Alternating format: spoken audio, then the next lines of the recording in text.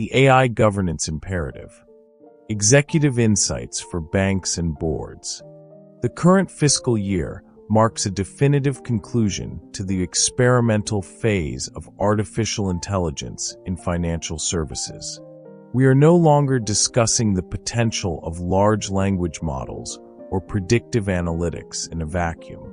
We are now navigating a period of intense regulatory convergence. This shift moves AI risk from the periphery of IT departments directly into the center of the boardroom.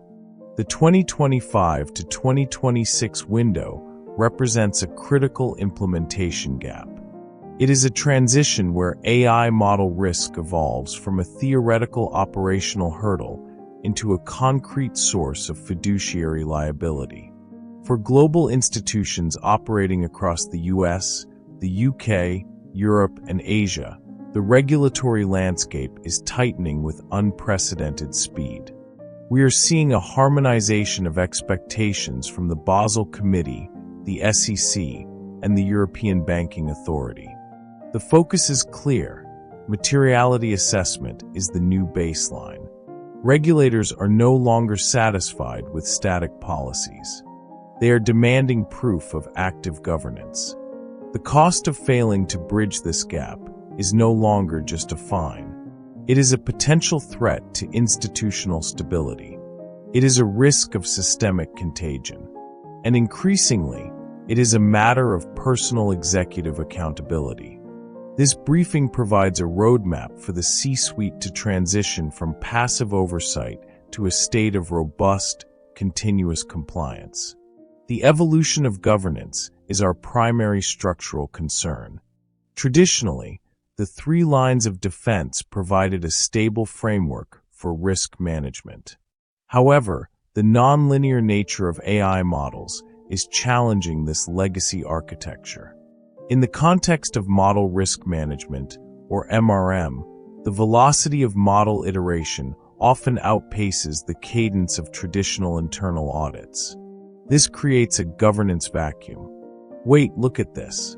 In early 2025, a Tier 1 investment bank in London faced a significant supervisory challenge from the Prudential Regulation Authority. The issue was not a lack of policy. It was a lack of execution.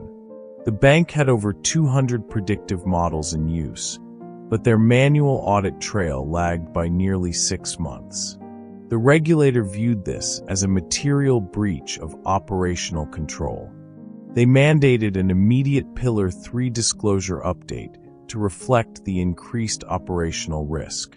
This resulted in a temporary but costly capital add-on. From a boardroom perspective, this is a shift in the duty of care.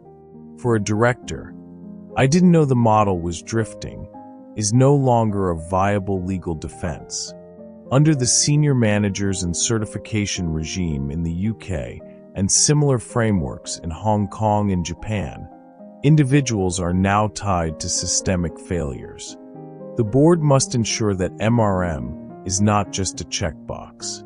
It must be a living, breathing part of the firm's culture. You are responsible for ensuring the firm has the technical competence to challenge the machine. This leads us naturally into the domain of operational resilience. In a digitally native financial system, resilience is synonymous with algorithmic stability. We are seeing a move toward algorithmic kill switches as a mandatory requirement for high-frequency trading and automated credit decisioning. The goal is to prevent a single model failure from spiraling into a systemic event. But here is the real danger. Most institutions are currently suffering from model blindness. They lack a unified real-time view of their algorithmic estate. Without model inventory automation, your risk team is essentially flying blind. You cannot protect what you cannot see. If a model starts to exhibit biased behavior in a specific regional hub, like Singapore, do you have the tools to isolate and remediate that model before it impacts the global balance sheet? Consider the recent findings from the Swiss Financial Market Supervisory Authority, FINMA. They conducted a cross-sector review of AI in asset management. Their conclusion was startling. They found that while institutions had robust business continuity plans for cyberattacks, almost none had specific protocols for model collapse or catastrophic drift. This is a massive gap in current resilience strategies. For the executive committee, resilience is a capital preservation strategy. Every unmonitored model is a hidden liability. Under Basel III, operational risk is directly tied to capital requirements.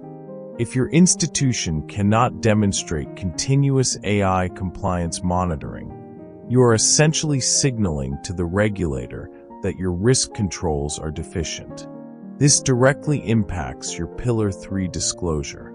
It affects your cost of capital. Strategic resilience means building a system that can fail safely without compromising the broader market.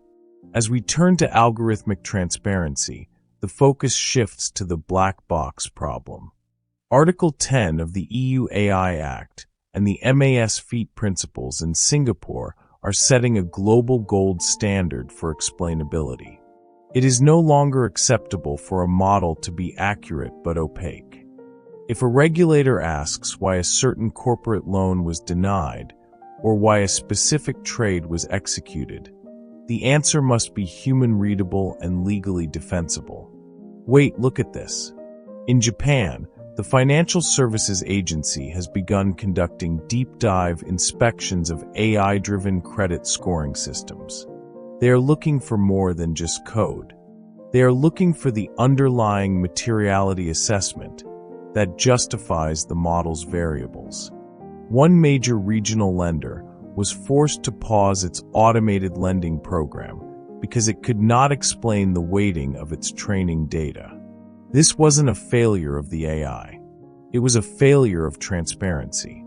From a boardroom perspective, transparency is your primary shield against litigation.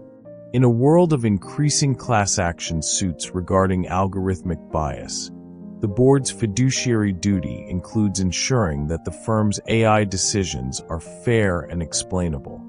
This is where personal liability becomes real.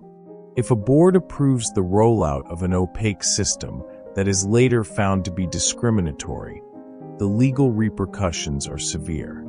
Transparency is not a technical feature. It is a governance requirement.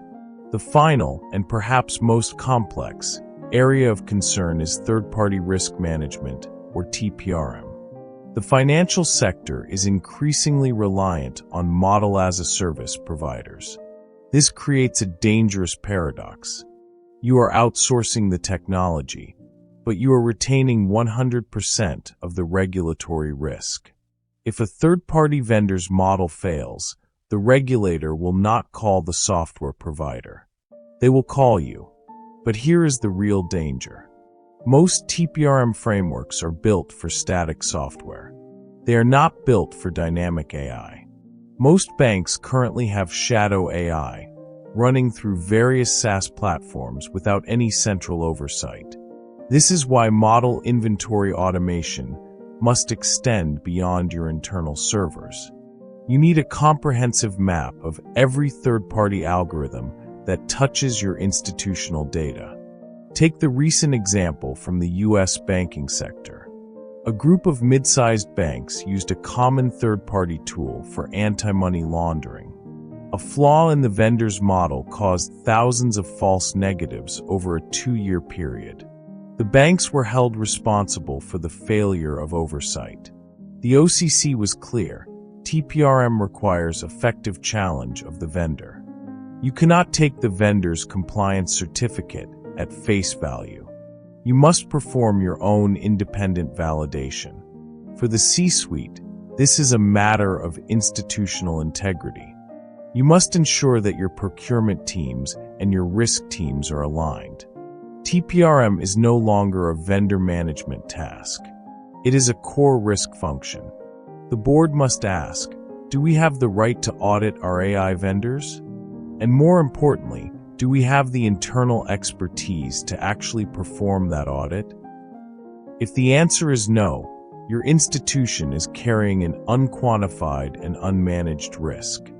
As we conclude this briefing, the path forward for the 2026 horizon is clear. We are moving toward a state of active governance.